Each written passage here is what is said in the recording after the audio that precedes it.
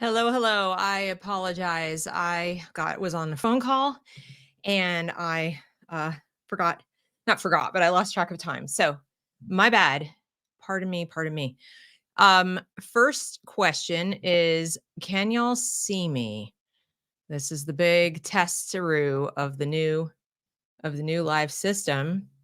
For those watching the replay, what we are doing right now, which is quite exciting, is we are testing out a new feature for our woke screen community. If you're not part of the woke screen community yet, for the reason we learn, I would ask that you become part of the community because that is where um, that is where the magic happens. That's where everything great is happening. So I am just testing it out today while we do our first show. So thank you for joining me and bearing with me.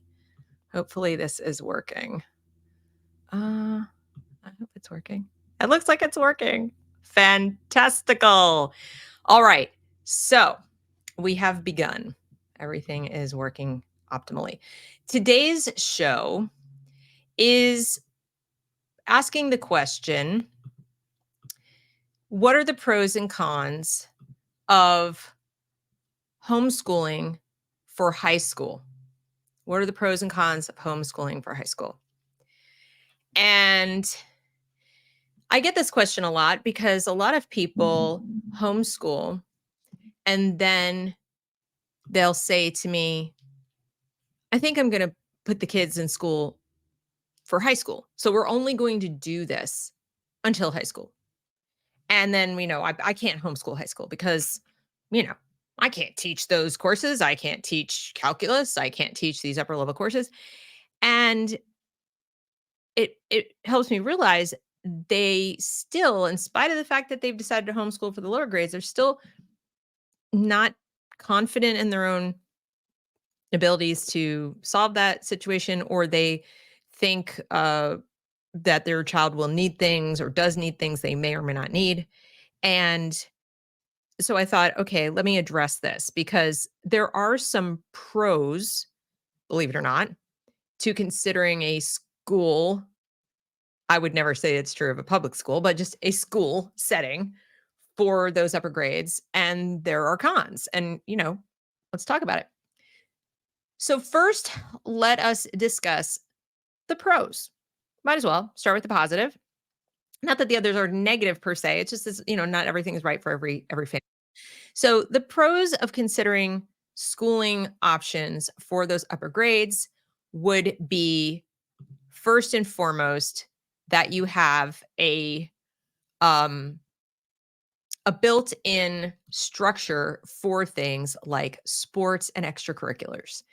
This seems to be a big concern of parents when their kids get a little older, especially if they want their children to go to college. Now, we can do a whole other show on college. I think I've done a show already about should your child definitely do a pre-collegiate curriculum, and we could talk about it more as time goes by. But if you've had your child involved in, let's say, soccer or, some other sport while homeschooling when they're young, and as you approach the older grades in your area, they don't have something for you, or all the kids who would be doing it are playing at a higher level than your child, but your child still wants to play their sport.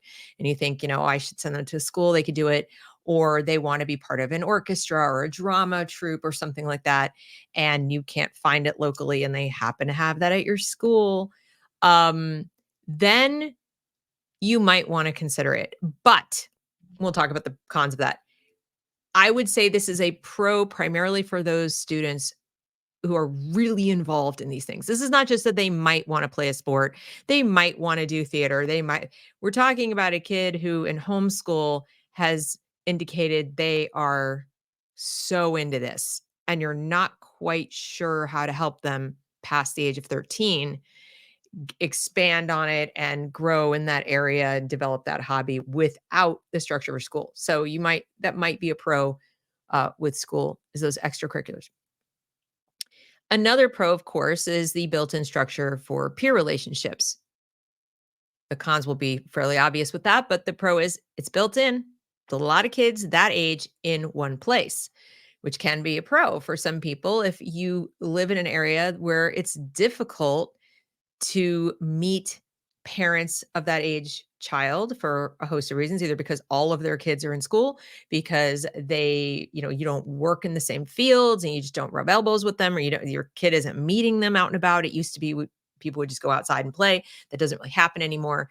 And your homeschool community may sort of scatter socially to different venues when high school arrives. And you might think, okay, well, if I put my child in a school, then they have a built-in kind of population of kids their age and they can make some friends more easily.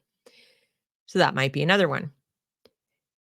Another pro might be that you gain some distance if you feel like you need it, okay, from your child academically, in the sense that they have somebody else overseeing the curriculum, giving them grades, giving them evaluations, and you think that might be something they need to get used to because they plan to go to college. Maybe you want them to have that kind of experience.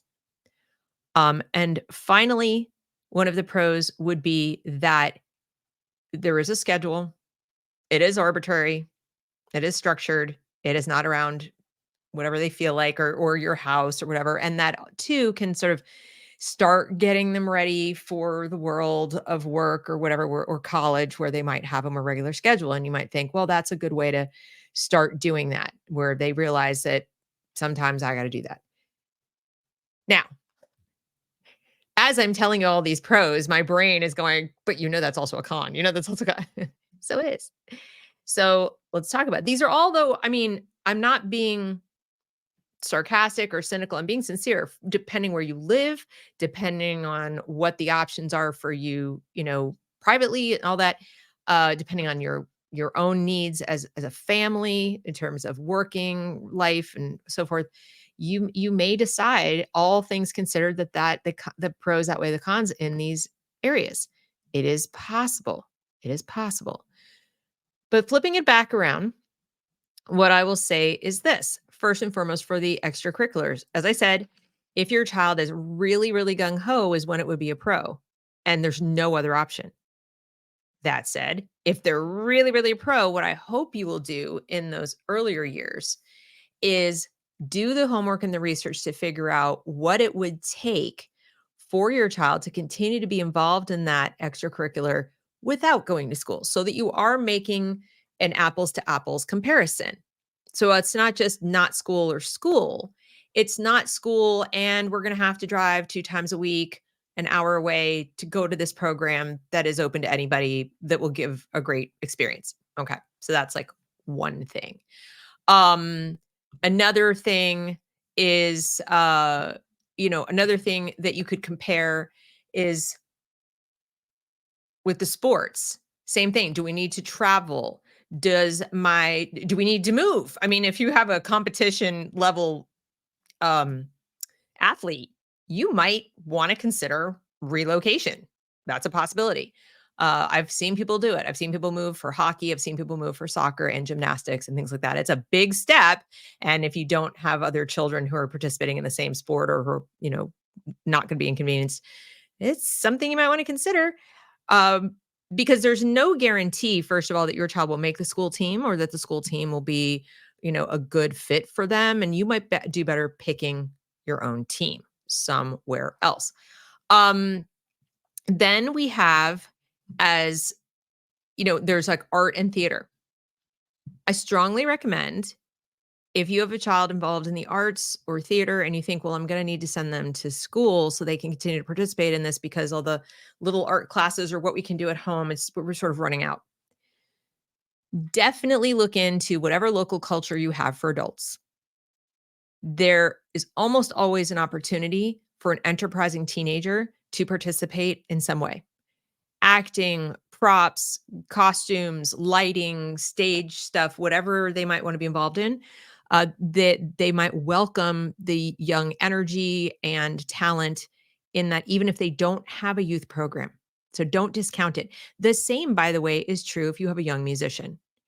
Check with your local, even if they are private, there's not like an organized orchestra or something, but you look in the in whatever directory you might look at locally. We don't look in the yellow pages anymore, but just look online in your area for people who play out bands, little small orchestras, string quartets, et cetera, and inquire.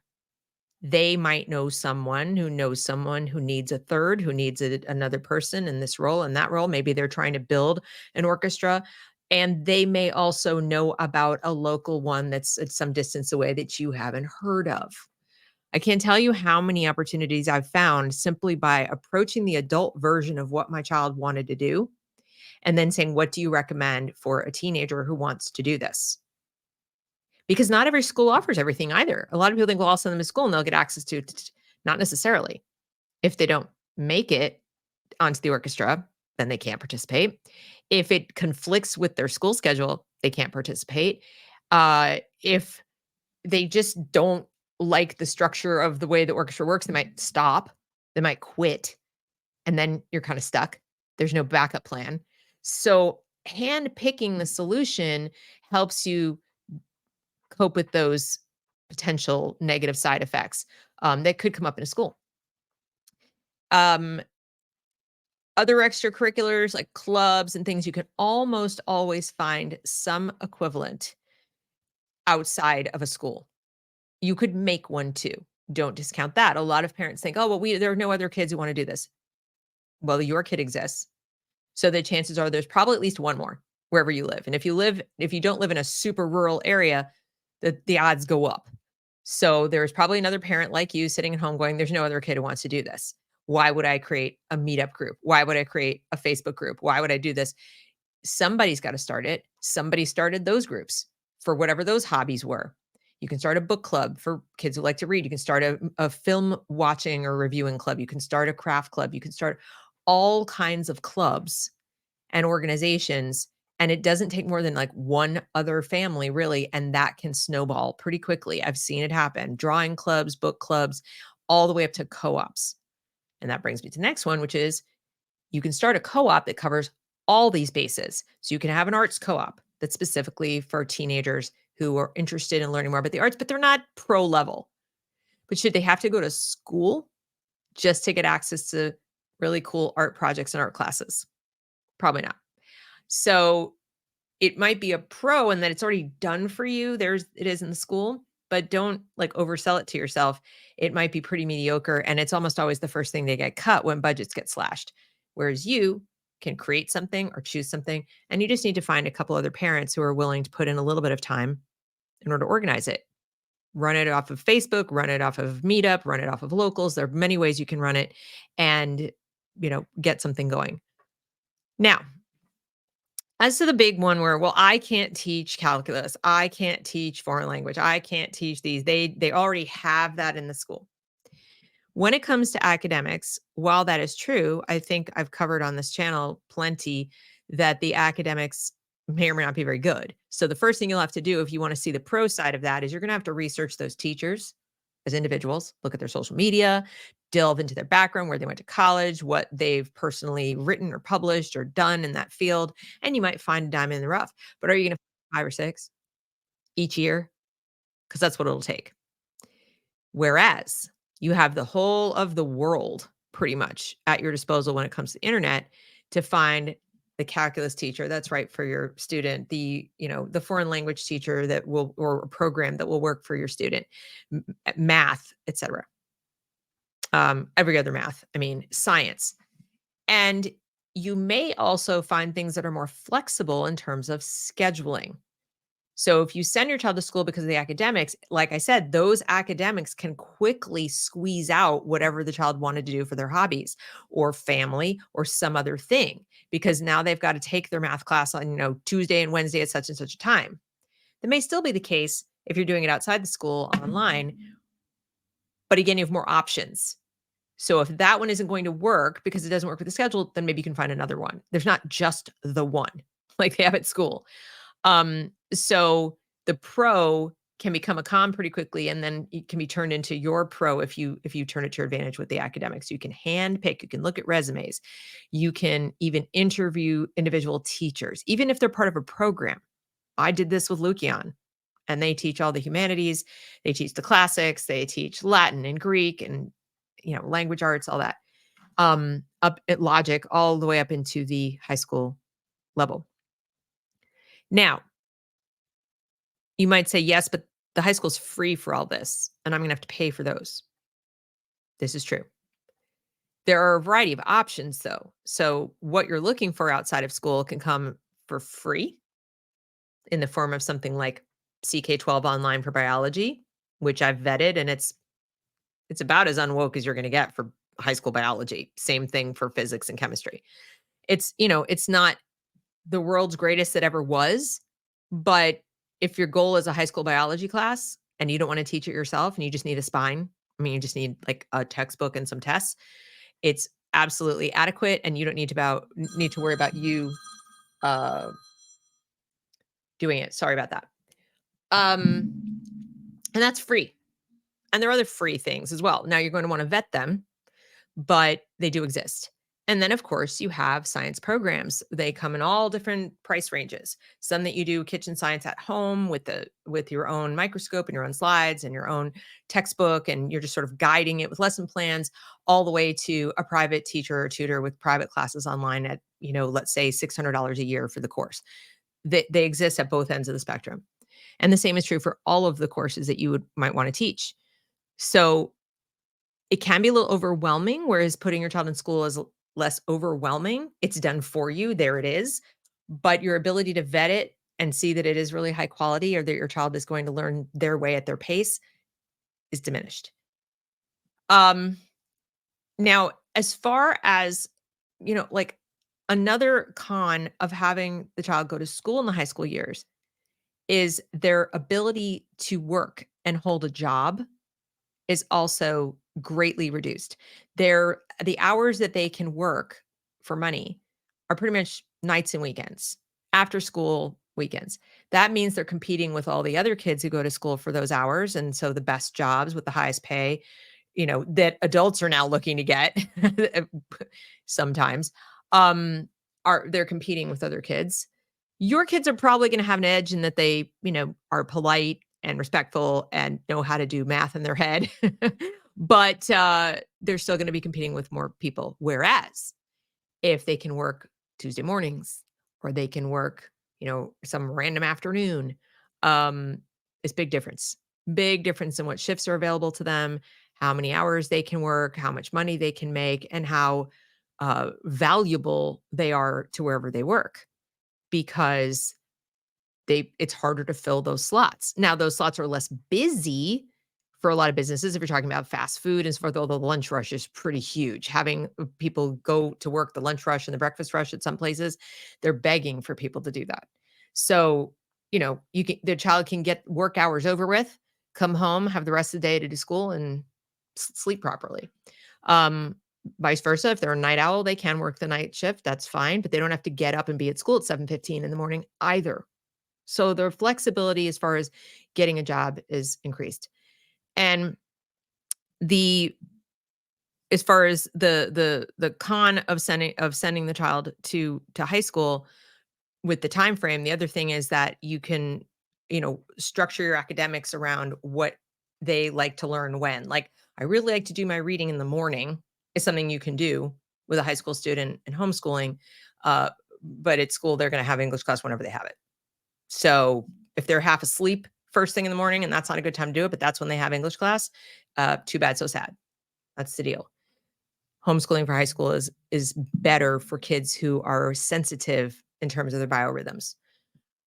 And then I'm trying to remember what order I had these with the pros. The social aspect, of course. The social component, we talk about that a lot on this channel. And I don't ever want to minimize the importance of teenagers having friends. It's very important. It's not, I'm an introvert, so it's less important for me per se to have this big gaggle of friends, but I'm not every person. And there are kids who are very social and very outgoing, and they feel lonely and isolated if they don't have regular social interaction. That's just the truth. So I'm not going to sugarcoat it for you. That said, as we know, putting your child in the local school is not necessarily the solution to that problem. It can be if all other things are where you'd like them to be and they're not, looking to make money and have a job, or they're fine with working weekends and nights, or they're teachers you vetted and they seem pretty good, and you can overcome some of the stuff you don't like, whatever. But with the social emotional learning component going into schools and the push for social justice, what could have been a benefit can very quickly become a negative if the whole social, I don't know how to put this, currency, I guess it's the social currency, continues to be what it seems to be, which is around identities. So, yes, you want your child to make friends, but do you want them encouraged to make friends around their identity, these arbitrary identities as defined by the school? Because that's really the case pretty much everywhere. It doesn't mean they won't make friends, in their own way, organically. It doesn't mean they're stuck in that mode, but it means they will be pressured into it. They will be encouraged into it. They will be potentially facing retribution if they don't do it, and so on. If they don't play by those social rules, if they don't know how to function in that social economy, uh, in part because they've been homeschooled in a much more, organic environment of where human beings interact with human beings as individuals, or just because they're stubborn and refuse to do it. That would be me. Okay. So if your kid is the kind of person like, this doesn't make sense and I'm not going to do it, it could be actually bad. So it's not just a matter of, okay, I'll cope with it and deal with it and find my two friends and we'll be fine. It could end up being detrimental to their mental health. So that's something to consider, that the thing that was supposed to help could end up be hurting them and hurting your relationship. So then to the break that you might get from them, and you're not their teacher and you're not the one disciplining them, or you're not, okay, true. But does that mean the people who are doing it are appropriate to be doing it? Maybe you're still, all those problems and stress, involved aside, you're still the best person to be doing it. So you really have to do your homework. There's no way out of that. There's no way out of that. Now, a lot of my advice changes if you can find a local private classical or parochial school where you've vetted it. They are not doing the SEL. They are not doing any of the stuff that the federal Department of Education wants them to do. They've completely rejected all of that and are doing things a more traditional way. Then, honestly, school can be great. School and high school can be great, but the number of schools that fit that category is so small that you really have to search to find them. If that is something you would like to do and you live sort of in or near a more urbanized or suburban area, your odds are going to go up, obviously, more people, more likelihood of having such a school. Then what I would say is get in touch with me, because I know people I can ask.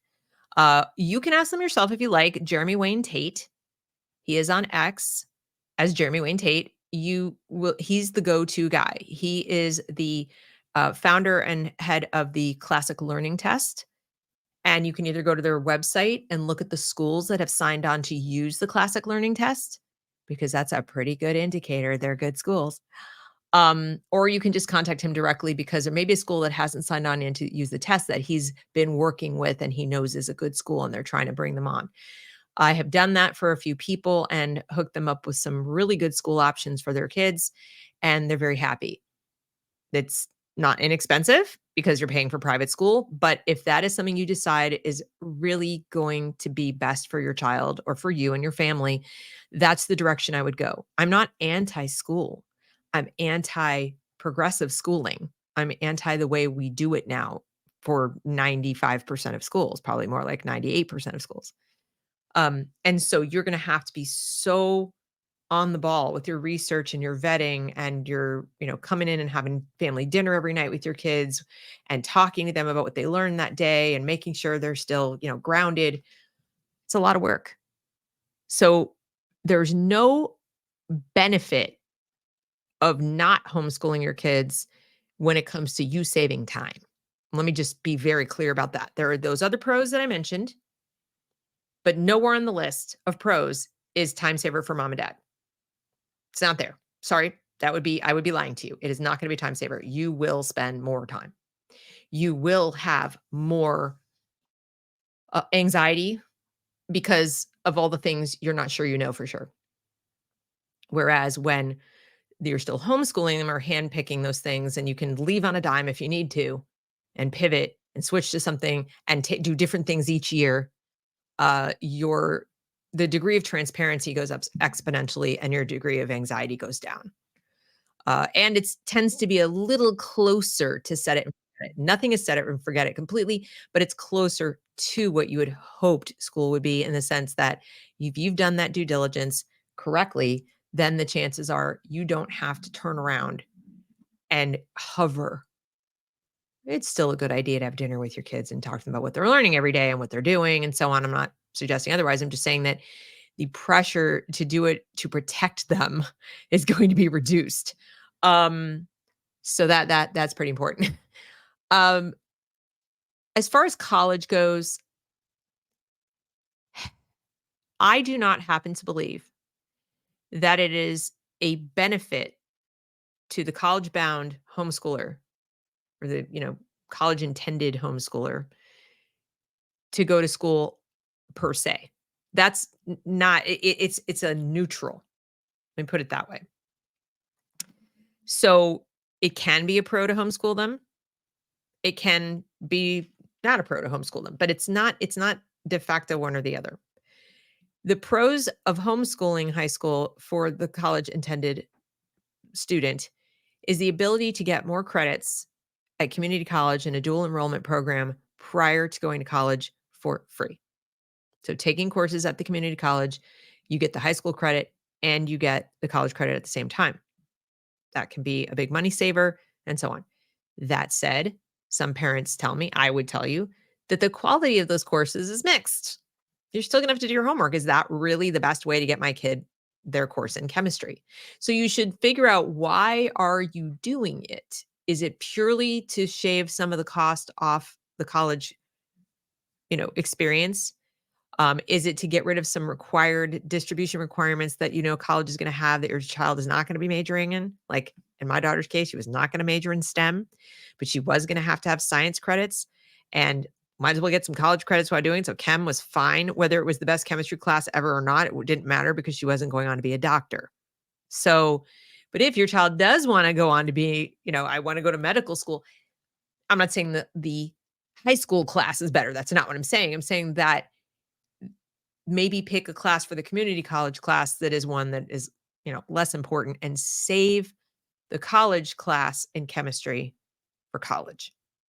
And then pick a really good college where they do that well. So, it's all those courses are not created equal. Your local community college is there and it's great, but not, the best of the best. Um, so let's see what else. Then you have the fact that the student may or may not get in to the community college. Not every kid does. So most do. Homeschooling kids tend to, but you need to have either a standardized test on file, typically where they've scored a certain score if they're in high school, or they have to go and pass the test of your community college. It'll vary based on where you are. That was what the case where I am. And my daughter initially missed it by 1 point. 1 point, and there was no telling what it was that she got wrong. We couldn't figure it out. Um, so she had to take it again. Now, thankfully, the second time around, she passed it, and it was so weird because her grade point average was way higher than what the minimum grade point average was. But for those high school students coming in, they still want that test. So you have to check with it, and if your child doesn't get in, then you can't count on it. So plan on preparing for that test. Sure, if that's one of your options that you said, do it. And then, as I said, decide which of the courses are going to be good to take there, and save the others either for college or to pay for the private instructor or the private course in homeschool that is really top notch. Something like the gifted program at Royal Fireworks Press, for example, would be good. And divvy up the courses that way so that you end up with a transcript of high quality, high intensity courses, so the college that your child is applying to sees that and recognizes that as a work that they want to see. Um, and that's in addition to, paying attention to the pre-collegiate curriculum in the first place. Homeschoolers don't necessarily have to do all the things that a college would want. Like, 3 years of math, you could quit after 2 if you want, or 3 years of science and history, you could quit after 2 if you wanted to. I don't recommend it with the history, but the science you could if you weren't going into STEM. Most colleges like to see 3 though. So there are things you could skip because your child is super interested in the arts or super interested in sports or super interested in something else, or they're building robots already and they don't want to take, 4 years of English. They want to take an extra robotics class. Okay, fine. But that is something you have to decide based on where they're applying to college. All that said, the colleges do like their diversity. Homeschool students are often considered, part of that. Um, Depending where you live, of course, and what colleges you're applying to, especially if you've used your homeschool high school opportunity to do some unusual things. Start a small business, work a trade, spend a lot of time volunteering, like, doing things that you can't do when you're in school, that they look on that very, they give a lot of points for those things. And the high school kids don't necessarily do that stuff because they don't have time. So that can be a pro for the homeschooled high school student.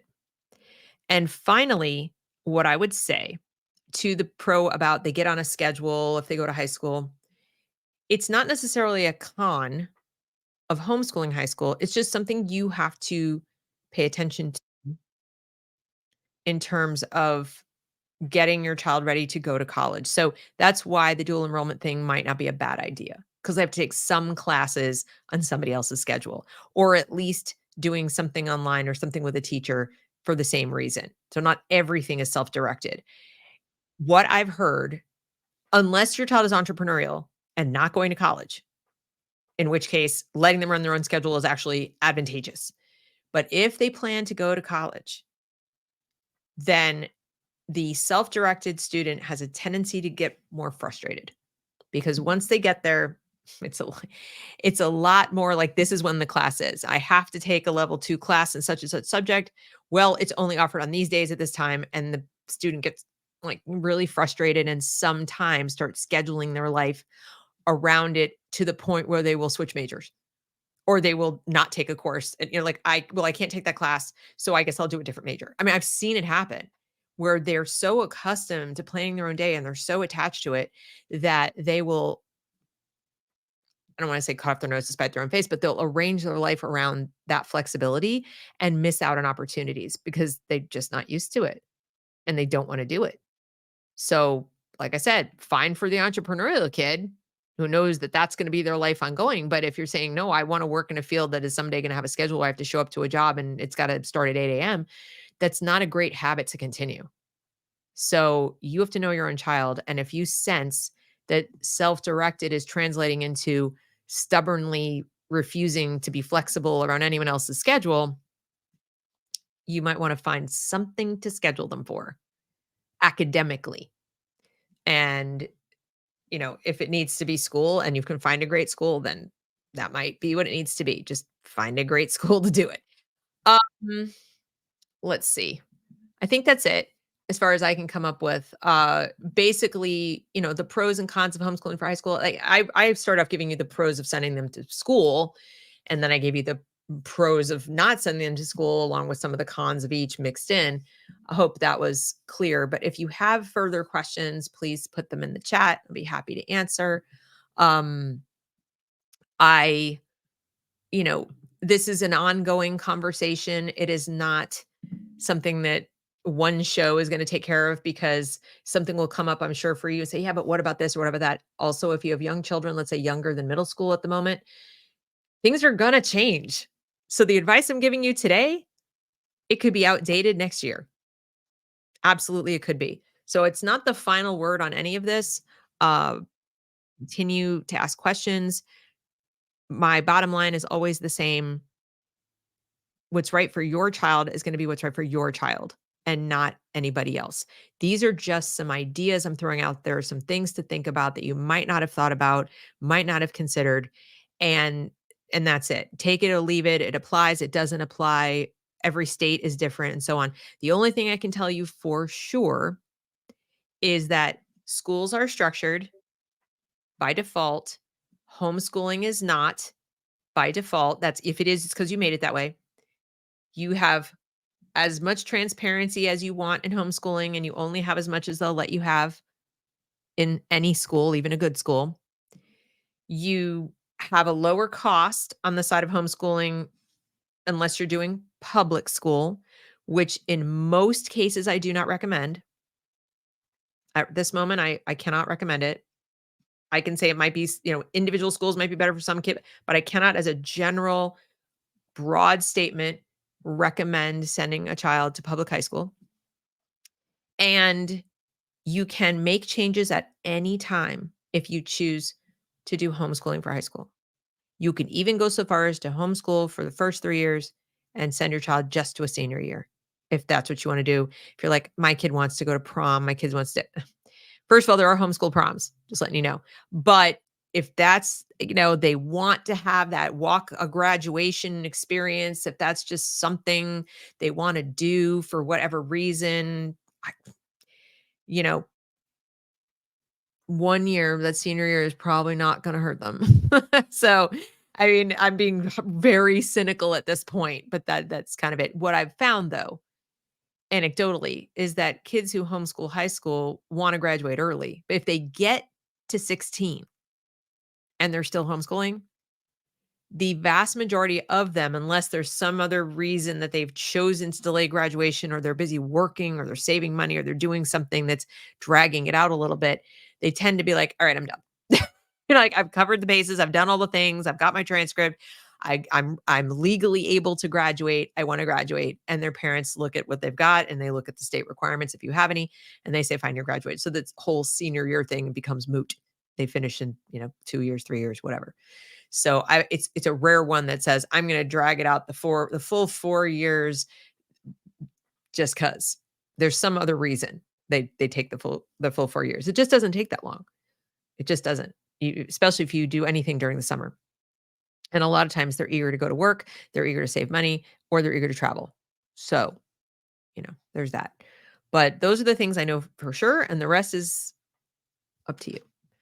Um So this show, since this was the first one through our special woke screen portal, this show will remain sitting here um, until the next one on Monday, at which time it will be replaced by that code. And this show will become available in the resources as a link, a private link.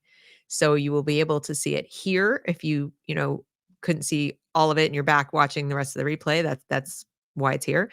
And I would suggest to you to bookmark this page. So every week you can just come back to one page and you can watch things live here. You can comment in the chat live here and I'll be able to see your messages. I'm looking right now and I just see Kieran with a little dancer and saying hi to Crystal, but I don't see anybody else. So I hope there really are people there. I just see 3 participants and I don't know if anyone is listening. But this was a great experiment. I think it's going to work and I'm pretty excited that we can provide this for you absolutely privately now in one consistent place and we're hunting around for links. So if you have any further questions on this, you can post it there. You can post it in the chat, in the Discord, and I'm happy to do research for you. Like I said, part of your membership at Woke Scream is inclusive of sending me, something in the chat, and I check it periodically. I won't be as Johnny on the spot as it would if you had true private chat access for rhetorician access. But for general chat, I'll get to it when I can. And if you're saying, hey, I live in such and such an area or zip code, is there any way you can help me find a classical school or help me find homeschool, high school options for my child who likes blah, blah, blah, blah, blah. And I will go and research it and do my best to find it for you. So avail yourself of that. That is one of the features of being a woke screen. The reason we learn member. That's about it. Thank you very much for watching. I hope you have enjoyed this show and I will see you on Monday. Wait, this is Monday. Oh God. I'll see you on Friday. It is Monday. It's not Friday. I will see you on Friday with another show. Oh my goodness gracious. Have a good one, you guys.